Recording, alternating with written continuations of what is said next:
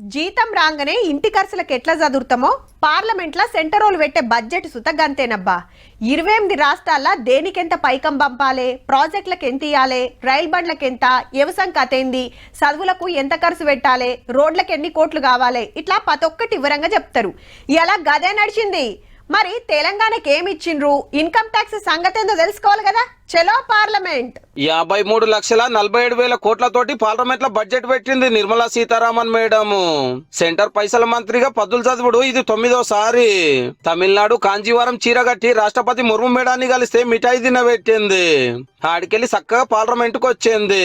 ఇక ట్యాబ్ లో చూసుకుంటా దేనికి ఎంత ఖర్చు పెడుతుంది లెక్కలు చెప్పుడు సూపర్ అని అధికార పార్టీలు బెంచీలు జరుసోడు. రక్షణ శాఖ 5,94,000 కోట్లు, రోడ్లు రవాణా 5,98,000 కోట్లు, గ్రామీణాభివృద్ధి 2,73,000 కోట్లు, హోంశాఖకు 2,55,000 కోట్లు, వ్యవసాయానికి 1,62,000 కోట్లు, చదువులకు 1,39,000 కోట్లు, వైద్యానికి 1,04,000 కోట్లు పెట్టిండ్రు. This is the first budget prepared in Kartavya Bhavan is to accelerate and sustain economic growth by enhancing productivity and competitiveness aligned with our vision of Sabka Saath Sabka Vikas.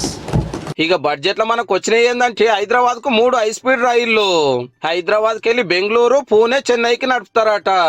అట్లనే బొంబాయి, ఢిల్లీ, పూణే, చెన్నై, వారణాసి, సిరుగురిలా హై స్పీడ్ రైలు తిరుగుతానికి పట్టాలు వరుస్తారట. ఇక ఈ కిట్టకు tax ఏం పెంచలేదు. జాబులు చేస్తోళ్లకు మునుపున్న స్లాబులే. ఏడాదికి 12 లక్షల లోపు ట్యాక్స్ కట్టవలసిన పని లేదు. సిగరెట్లు, బయటి దేశం మందు, పిరంగల గడియారాల రేట్లు పెరుగుతుంటే ఫోన్లు, ఎండపల్కలు, తోలు వస్తువులు, బీడీలు, ఛార్జింగ్ బండ్లు వాడే బ్యాటరీలు, క్యాన్సర్, షుగర్ మందులు, చెప్పులు, బట్టలు, గాలి మోటార్ పనిముట్ల రేట్లు తగ్గుతాయి. బడ్జెట్ సూపర్ అని అధికార పార్టీలు అంకెల గారడని ప్రతిపక్షాలకు వచ్చినాయి.